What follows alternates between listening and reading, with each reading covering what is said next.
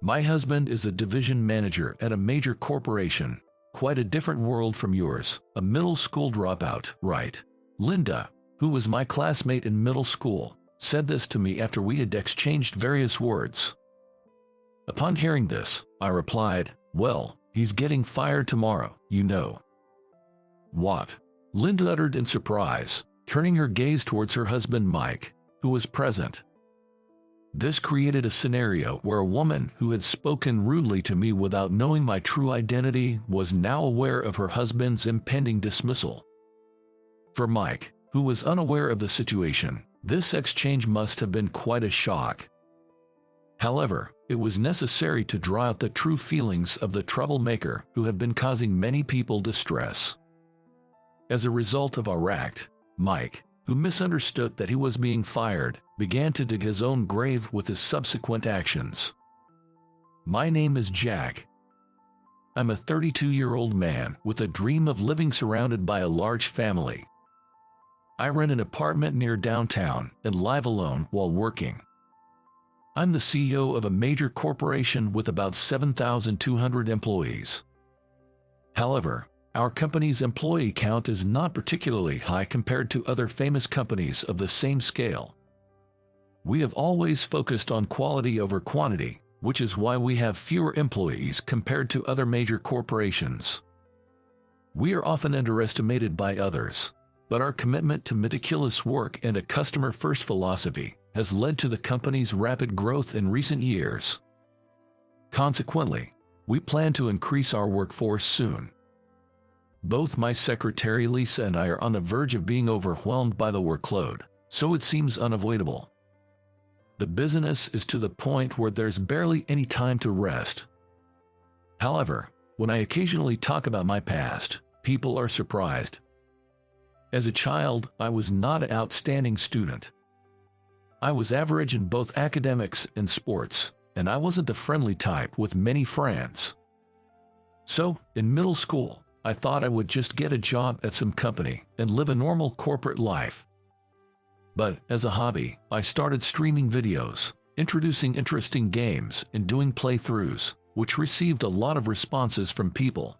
I decided to pursue that path.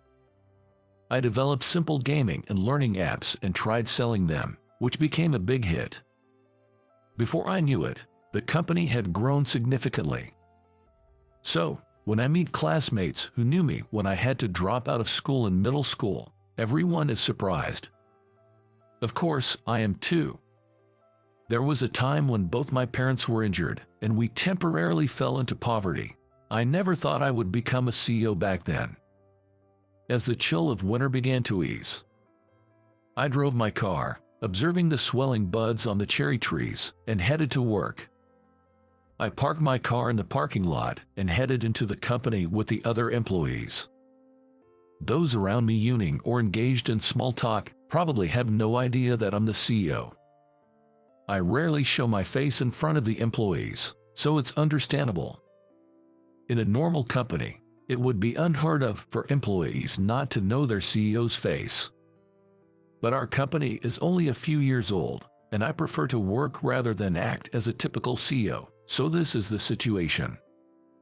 Back when I was an ordinary employee at a toxic company, I couldn't have imagined this. Distressed by my job at a toxic company, I resigned. Shortly thereafter, I chose to start my own business. Running the company isn't always smooth, but there's a lot of fulfillment, so I don't regret my past decisions.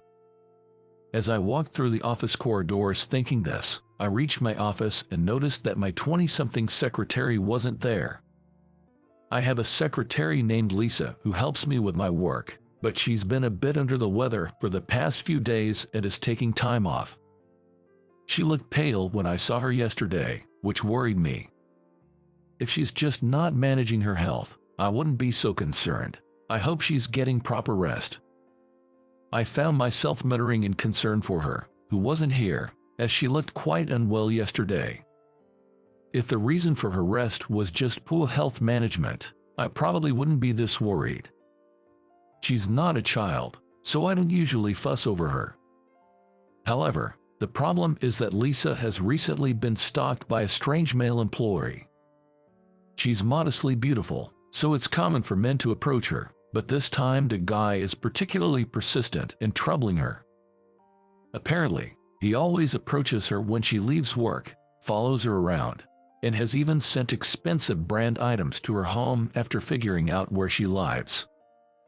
She's been a great help to me in various ways, so I want to do something for her. However, as the CEO, I can't just focus on that. Thinking about today's schedule, I decided to start working at the desk in the center of the room. I began organizing some documents and writing on those that needed filling out, but within a few minutes, my cell phone started ringing. Just as I was getting focused, this interruption came. I made a grim face and looked at the phone screen. The caller was a man of my age. He works in the sales department of a major corporate client, but lately, he's been calling me frequently, which is troubling. Again, unlike your company, I don't have time to waste, you know. Don't be so stiff. I'm your friend, right? This man, Ethan, on the phone, was my middle school classmate. I became friends with him, who was a delinquent back then, after I lectured him, and he oddly found me to be a reliable guy. Since then, we've continued this relationship, though he's a bit lax when it comes to company rules. Ethan's company manufactures gaming hardware and is a major company known to many. However, he's loved by people of all ages at his company and often makes these personal calls. I know I should lecture him properly at some point, but it seems he has a clear purpose today. Ethan, a big and friendly guy, is liked by everyone, but he has a habit of repeating the same story endlessly when he has a serious problem. So it's obvious. By the way, about the old lady in the neighborhood, the topic he brought up is one I've heard several times, so I already know the punchline. The old lady got a bad back and couldn't walk, so you carried her home on your back, and you were almost late for work, right? That's right. How did you know? I've heard the same story 5 times now. You must be mentally prepared by now. If you have a problem, just spit it out. Expressing my irritation, I spoke sharply, and he fell silent within a. After a moment, Ethan seemed ready and started talking about his problem. Apparently, he's having a tough time with a new supervisor at his workplace. This supervisor constantly belittles Ethan for being physically skilled but intellectually lacking and for being inferior to others because he's a middle school dropout. Ethan added that since he mentioned his educational background during his introduction, the supervisor's attitude has worsened. It seems the insults aren't just about Ethan. The supervisor also belittles his family, saying things like his parents must be worthless for raising a failure, and he'd like to see what kind of upbringing they gave. That's tough. Being a middle school dropout myself, I've experienced similar insults, but in Ethan's case, it's pretty severe. Those words could have broken a weaker person. I used to be a delinquent, so I think it's my fault I couldn't pursue further education. I've come to terms with it. But when it comes to my parents, I can't tolerate it, and I hate it. Got it. Let's meet at our usual pub tonight. I'll listen to the details there. I'll be waiting with beer and snacks like always. Thanks. Honestly, I'm quite busy with work, but this is for a friend. I'll have to work through my break to make time. That day, after somehow finishing my work, I headed to the usual pub. In the chilly night air, I opened the door and entered the establishment. Hey, over here. Looking around inside, I spotted Ethan. He was waving at me from a corner table. Thanks for coming. As I said on the phone, I've ordered food and drinks for us. Approaching him, I saw several empty beer mugs on the table. Tonight's on me, so eat and drink whatever you like. Of course, my time as a CEO isn't cheap, you know. Yeah, I know. We bantered lightly and started with a beer. Savoring the beer, I looked at Ethan. Ethan is straightforward, or simple, depending on how you look at it. Spending time talking with him is always comfortable because it doesn't require pondering complex matters. But I wasn't here just for small talk today, so I focused and stared at him intently. He seemed usual, but I could sense a hint of tension. "So, what's this about? You wanted to discuss something with me, right?" With that, I carefully observed his expressions and reactions as the conversation progressed. "Well, actually," Ethan began, scratching his head and looking troubled. The harassing supervisor Ethan was dealing with was a man in his 30s named Mike, who had a wife named Linda. I was surprised to learn this because I also knew Linda. "He's married, huh?" I remembered her well from our school days when she often interfered with conversations I had with Ethan. She came from a wealthy family, always dressed in brand-name clothes, and was a woman of model-like appearance. Mike, her husband, seemed to be using his wife's wealth, wearing brand-name clothes, shoes, and watches. Not only does he target people with lower educational backgrounds, but he also goes after those he perceives as poor. It's tough. Ethan is mentally strong, so he seems okay for now, but such workplace occurrences are definitely not good. The real problem seemed to be with the other employees. Some of the more timid ones had apparently started seeing a doctor due to the harassment from their supervisor. The fact that Ethan is troubled by others' issues rather than his own really shows what a good person he has always been. I remember back in middle school, how he became the leader of the delinquents, unable to refuse those who were outcasts. I was a member of the school discipline committee back then, and the time I tried to set him on the right path led to quite a commotion. It's a nostalgic story, but reminiscing should be saved for another time. You were close with President Smith of our company, right? Mr. Smith, a good but stubborn and proud man, might be more receptive to you bringing up the issue. That's true. Since our companies have dealings, I'll subtly bring it up. We do have various transactions and owe a lot to each other. That's a relief. Man, I'm glad. I can handle these kinds of things alone. Seeing the problem possibly getting resolved, Ethan's face brightened up, and he enthusiastically began eating the snacks on the table. That's my share, you know. Don't sweat the small stuff. We can just order more. Shrugging, I grabbed the menu to refill our diminishing snacks.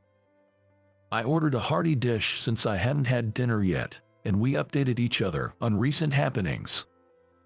A few minutes later, while savoring the hamburger that was served, Ethan started a conversation saying, "By the way," and began talking about his plans for the coming weeks.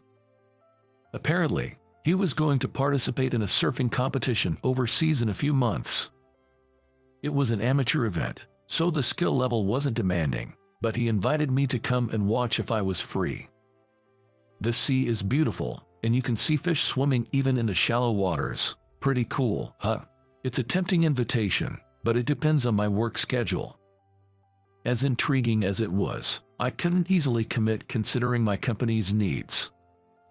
Always the serious one. Well, you're the CEO, so I guess it can be helped. It was a crucial time for the company's growth, so I needed to carefully plan my schedule in consultation with Lisa. Months later, I didn't know if I could make it, but miraculously my schedule cleared up, and I was able to go support Ethan. Lisa, looking tired from the stalker issue, was also invited, and we boarded the same flight. We took a different flight from Ethan and planned to meet at the venue. After hours of travel, I was surprised to find Ethan had a lot of fans at the competition site. Who knew he was so popular? I always thought of Ethan as just an average-looking guy, but in swimwear, he looked quite different. His well-toned muscles probably appealed to those who liked that type. Every move he made was met with cheers. So, not wanting to monopolize a friend, after a brief greeting, I spent time strolling along the beach until the competition started. Just watching the beautiful sea with fish swimming was a surprisingly good change of pace. While enjoying the popsicle Lisa bought for me, I noticed a familiar face in the crowd. It was Linda, whom Ethan had mentioned a few months back. I hadn't seen her since graduation, but remembered her clearly for her model-like beauty. I wondered why she was here. As I gazed, puzzled, she seemed to notice me as well. It seems she remembered me too, as she quickly approached. "Why are you here, a dropout and a poor man?" Linda greeted me with words that would normally irritate anyone, but she was always like this in middle school, so I remained calm. I admit I was poor, but people don't stay the same forever, right? A guy like you, who used to hang out with the delinquent Ethan, can't possibly have a decent life. You're probably just putting on airs or want a trip abroad by some fluke, right? Linda was truly the epitome of arrogance. Ever since our school days, she seemed to find satisfaction only in looking down on others. She probably believes that everyone who dropped out of school leads a worthless life. Sighing, I held back an agitated Lisa with a gesture and addressed Linda. "What brings you here, then?" Linda, whose family was wealthy, used to travel abroad frequently on her parents' money even during our student days. Asking if it was the same case this time, it turned out my guess wasn't off the mark. "I'm on vacation, funded by Daddy's money. It's the privilege of a rich daughter to travel abroad easily." It baffled me how she could be so arrogant using not her own money but her father's. I couldn't comprehend her way of thinking. It's her father who's remarkable, not Linda herself. "Well, that's great. Your father is impressive," I said honestly, but she didn't seem to understand my words accurately. "Of course, now that you get it, disappear from my sight before your poverty rubs off on me." Puffing up her chest, she waved her hand dismissively as if to shoo me away. Talking to her any longer would only sour my mood. I thought of leaving with Lisa. But just then, Lisa exclaimed, "Oh, no," and looked shocked. I think she's the wife of the man who's been stalking me." Hearing this, I couldn't help but stare intently at Linda. Normally, such a stare might anger her, but it seemed Linda had something more pressing on her mind. She glared at Lisa with a fierce expression. "What's with this woman? Don't say such rude things just because you're a bit cute. My husband would never approach another woman. No, I'm sure. He showed me a photo of his wife." There was no doubt about whose words to believe. I stepped forward to shield Lisa from Linda. "Your husband seems to be causing trouble for my Lisa. Do you have any idea about this?" "I already told you, no. I don't have anything to talk about with someone like you, at the bottom of the social ladder." Linda, angered, started to walk away. I knew I had to be careful not to jump to conclusions. Although long talks with Linda tend to become confrontational, it's essential to confirm facts before acting. "Okay, show me a photo of your husband. If it's a misunderstanding, I'll apologize properly and do anything you say." So I deliberately humbled myself. Doing anything she said seemed to appeal to her. Reluctantly, but complying, she showed me the phone screen. "I can't believe I have to do this. Here, this is my husband." I thought it odd how she referred to her own husband, but ignored it to avoid complicating things. Lisa confirmed with a nod, "That's the man who's been stalking me." "What, you have a grudge against my husband? Trying to defame him? Handing around dropouts? You must be no good either. Don't get too carried away, or I'll write bad things about you on social media and make your life hell."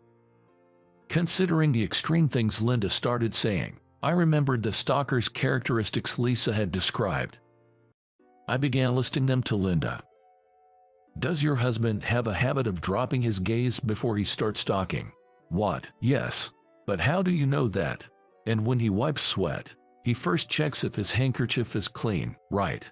"That's true." But, although Linda didn't explicitly affirm it, her reactions made it clear I wasn't off the mark. After listing about 3 more characteristics that only someone close would know, she collapsed to the ground. "No way, I don't believe it. My husband." Lisa, seemingly feeling pity, whispered to me so that Linda couldn't hear. "Also, The man stalking me seems to be causing trouble for your friend Ethan as well. Just a few days ago, he boasted about punishing a young subordinate named Ethan. Lisa, emotionally drained from everything, knew Ethan was my friend but had forgotten to report this to me. I never imagined that the dots would connect like this.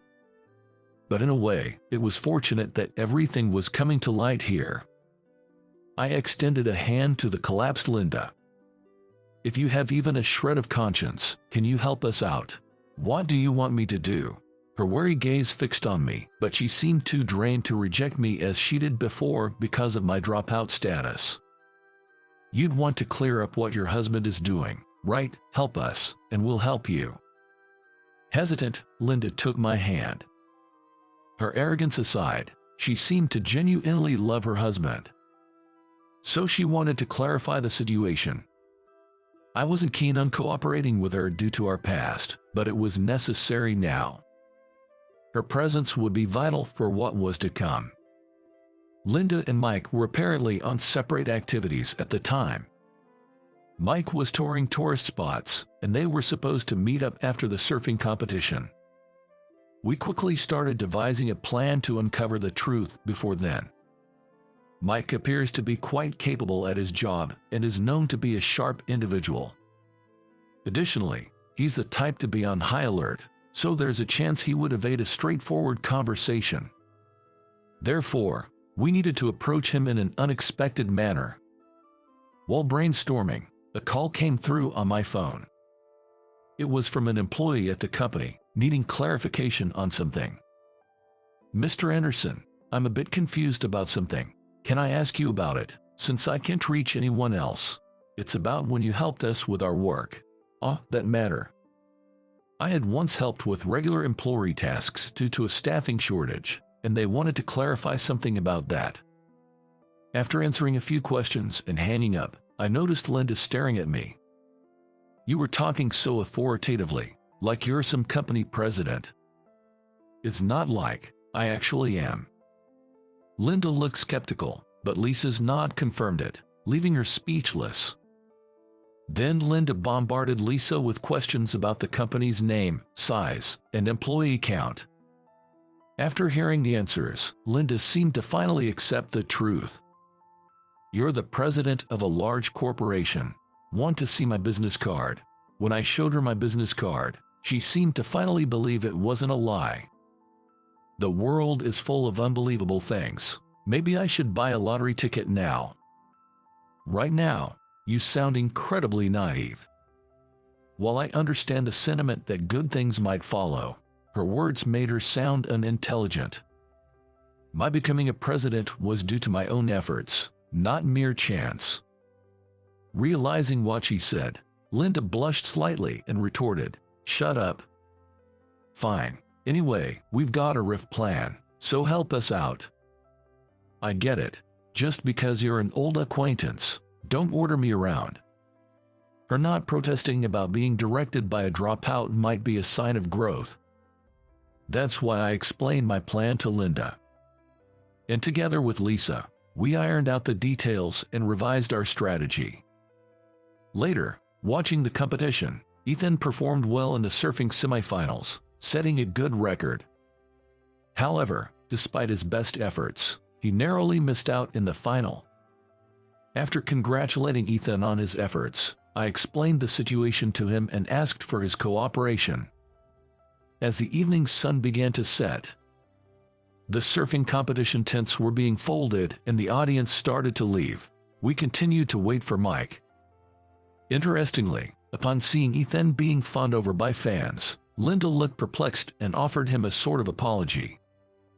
Her inability to be straightforward led her to say, "I thought you were just a muscle-brained dropout," which hardly sounded like an apology, but I considered it progress nonetheless. I didn't want to tease Linda and ruin the somewhat positive atmosphere we had managed to create. If Ethan had been bothered, I wouldn't have been ready to forgive, but he seemed imperturbed. "Well, thanks for apologizing," he said, easily forgiving Linda. This lightened the mood among us. Ethan's straightforward and unburdened character was truly a blessing in this situation. While we were exchanging these interactions, Mike arrived. He looked like an ordinary person, but knowing he was the one troubling Ethan and Lisa made me angry. So, I decided to start acting as if I were arguing with Linda. You've always been like this, looking down on people for being dropouts. Of course, dropouts are all at the bottom of humanity. That's what my father always said. They're just meant to be bossed around and work for others. Mike, witnessing our argument, looked bewildered and glanced over at us. That's when Lisa stepped in front of Mike. He seemed surprised to see her, a woman supposed to be back in America, here, abroad. However, he soon had bigger concerns. Lisa spoke with Mike, who then exclaimed loudly, "That man is President Anderson, who deals with my company." As planned, we revealed my identity to make Mike anxious. He tried to intervene, sweating profusely. But then Ethan appeared and addressed him. "Mike, what are you doing here? Did you come to see my competition?" "Competition? Why is Ethan here?" "Actually, there was a surfing competition here today. I did pretty well and even gained some fans. I'll treat you all today to say thanks." Mike seemed quite confused as he listened to Ethan's rapid-fire explanation. Seeing a new side of someone he had looked down upon, he might have thought he was dreaming. Fans for dropout Ethan. Competing. Impossible. His feelings were understandable. Anyone would be overwhelmed in such a situation. However, if he were in a state to make rational judgments, we wouldn't be able to draw out his true intentions. Therefore, we needed to keep him in the state of confusion a while longer.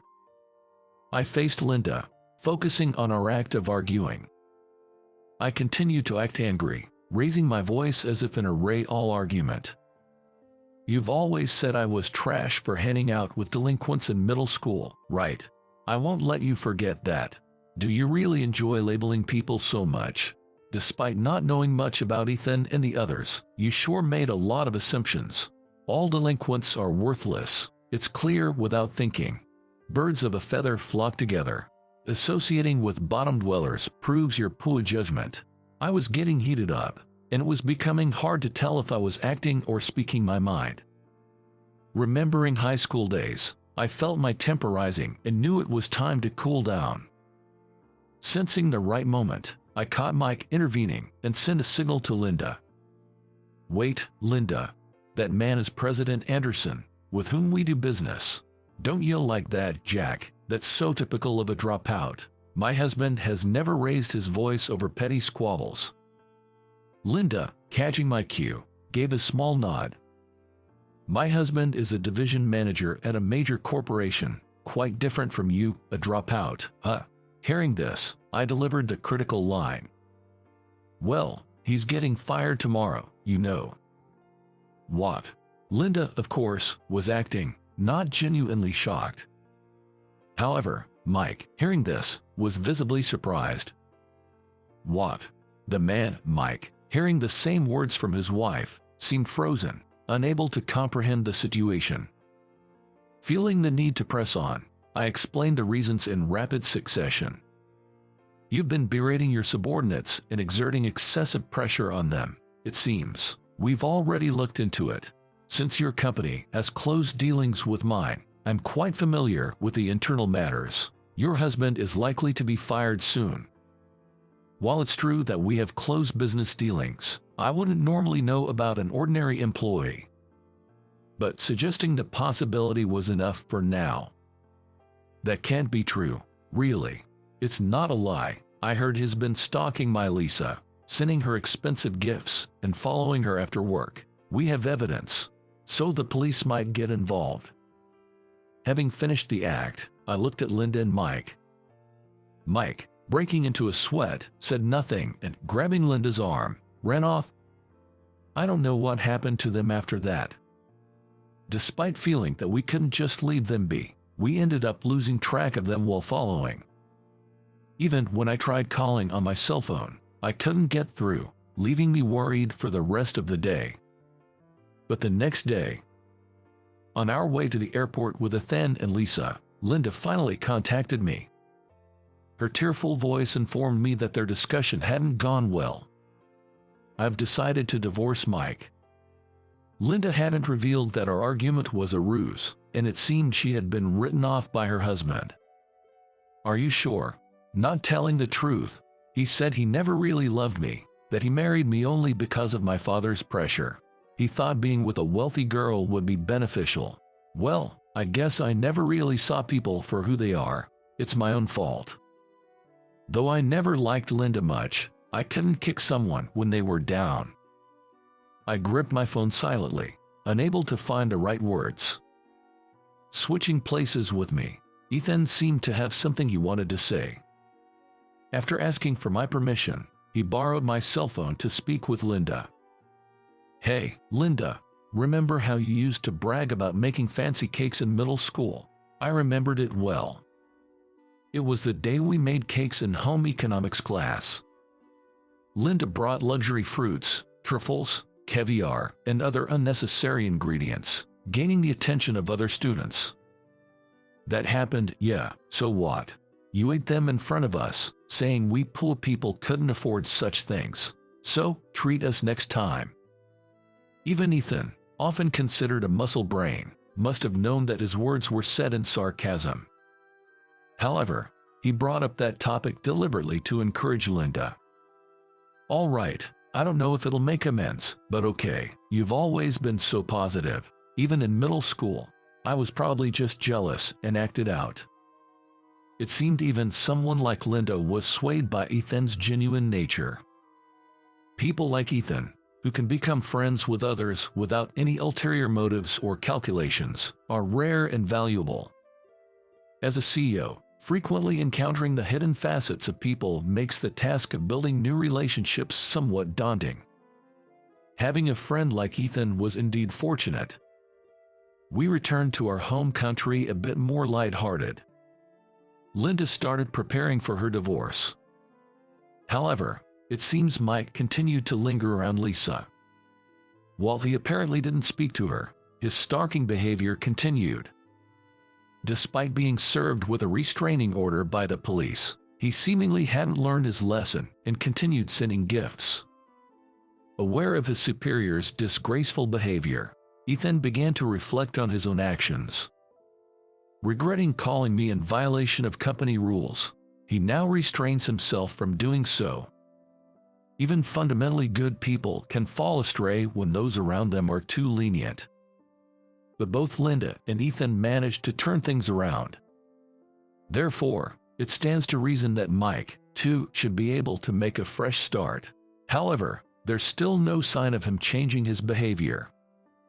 Weeks later, as we were busy welcoming new employees, Lisa came to me with a troubled face. Apparently, Mike's stalking hadn't ceased. He had been quiet initially, but recently started approaching her again.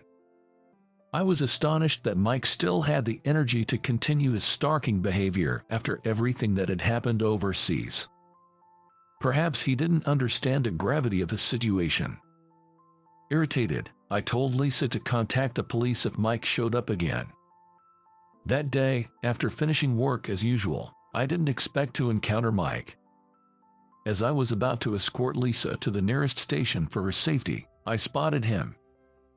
He was standing behind some trees near our company and started running towards us as we approached. "Please, talk to your company about me. It's all a misunderstanding. I need to explain." Lisa looked scared, so I stepped in between them. "If I get fired, I'll become a laughingstock. Please, convince Mr. Anderson. Mr. Smith at my company is stubborn. He won't listen to anyone's opinion." His pathetic demeanor was evident as he approached me, smiling nervously. "Mr. Anderson, I haven't done anything wrong. I don't know what Ethan told you, but you're being deceived. It's true that people can make rational decisions when cornered." In a calm state of mind, he would have realized that his actions would only lead to bad outcomes, but the fear of getting fired was driving him to foolish acts. I sighed internally and addressed Mike. "Why continue sending expensive gifts to Lisa if it's all a misunderstanding? And those gifts, they are reportedly stolen from other female employees. aren't they? I didn't. It's a misunderstanding. I wouldn't do such a thing. Before returning from overseas, I had called Mike's company, and they had conducted some investigations. What I'm speaking about now is the truth that was uncovered as a result of the investigations. The team was competent, and by the time we returned to America, many things had come to light, which was a relief. You repeat troubling behavior when drinking, forcibly invite favorite employees for drinks, create havoc in bars, and get banned. Is all this a misunderstanding too? It turned out Mike was like a dustbin. Hit it, and all sorts of dirt comes out. Even though my claim of his imminent firing was a bluff, the newly discovered misconduct indeed started real discussions about his termination. President Smith of his company was exasperated by Mike's behavior. Please, don't involve Lisa or me any further. If you can't accept this, I'll call the police right here. As I glared at him, Mike's face paled.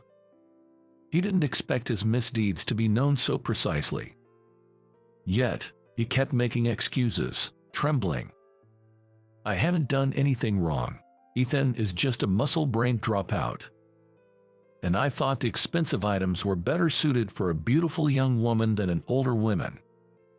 Considering his attitude towards these actions as normal, he must have a significantly distorted sense of ethics.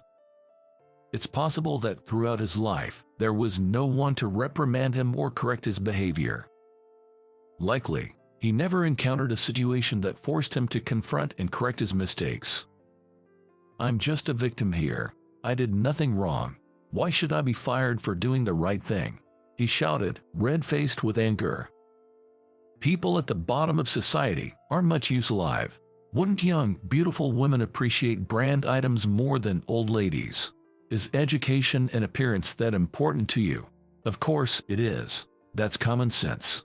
He probably won't change his perspective. His convictions are so deeply ingrained that no one's words can reach him. Feeling a sense of emptiness, I urged Lisa to leave and turned our backs on him. Let's go. It's better to stay inside the company for a while before heading home. Okay. Mike continued to rant, but we ignored him. After spending some time in the company's break room, we saw that he had left. Afterward, Mike apparently resorted to desperate measures. He tried offering money to those he had troubled, and conversely, he threatened them to prevent them from speaking out against him. However, once Linda became aware of this, she was furious, leading to constant marital disputes. Eventually, he was fired and left the company. The divorce proceedings with Linda progressed, and they officially separated.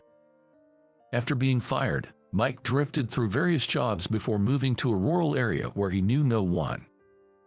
Rumors suggest that after moving to a new location, he continued to struggle, eventually resorting to crime out of desperation and landing in prison. After Mike was terminated, Ethan and his colleagues felt a sense of relief. A compassionate and gentle superior took Mike's place, restoring peace and stability to their daily routines. The employees who had been frequenting the hospital have regained their health. Following her divorce from Mike, Linda seems to be forming a positive relationship with Ethan. Their reconciliation began abroad when she apologized, and since then, they have been spending more time together. Lisa and I also often spend our days off with them, leading to regular double dates. To be honest, since that incident, I've developed quite an interest in Lisa, but as it's my first experience with love, I'm uncertain about how to proceed. So, I've been seeking advice from Linda, who has been unexpectedly caring and sisterly, and I'm doing my best. Having become softer and less arrogant, Linda now feels more like a friend to me. I wish I could show my middle school self how things have turned out. Our company, now home to many new employees, is also moving in a positive direction. Currently, I'm in the process of selecting a ring for a proposal, hoping that goes well too. Once the proposal is accepted, I plan to have a wedding with Lisa and start building a happy, large